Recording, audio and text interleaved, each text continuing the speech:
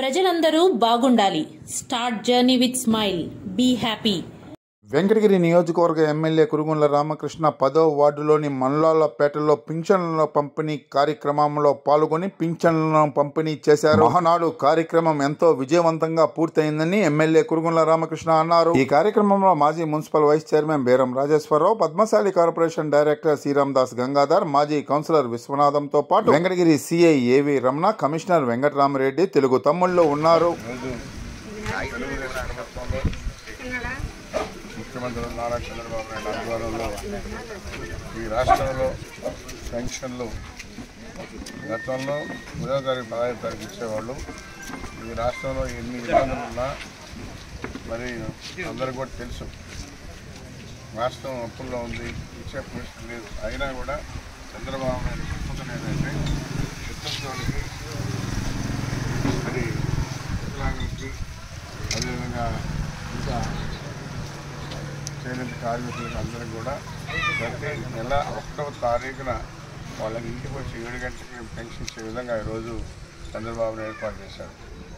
ఇబ్బందుల్లో ఉన్నా కానీ పెన్షన్ మాత్రం 1వ తారీఖు మార్నింగ్ ఇవ్వాలి. రేపు ఆదివారం ఉన్నా కానీ శనివారం ముందు ఇస్తాం.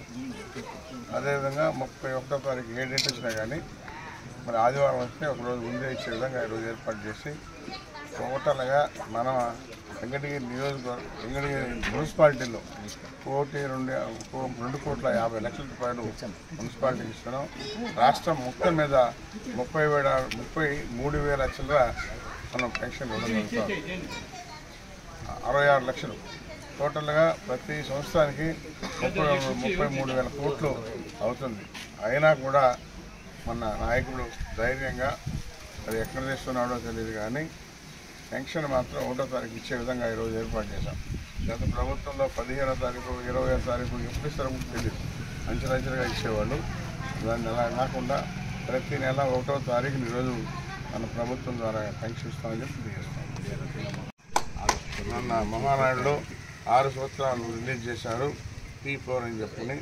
దానిలో కూడా అందరికీ సేవ చేసే విధంగా పేదవాళ్ళని ఏ విధంగా పైకి తీసుకురావాలనే ఆలోచనతో ఈరోజు మన ప్రభుత్వం అని చెప్పి తెలియజేస్తాం.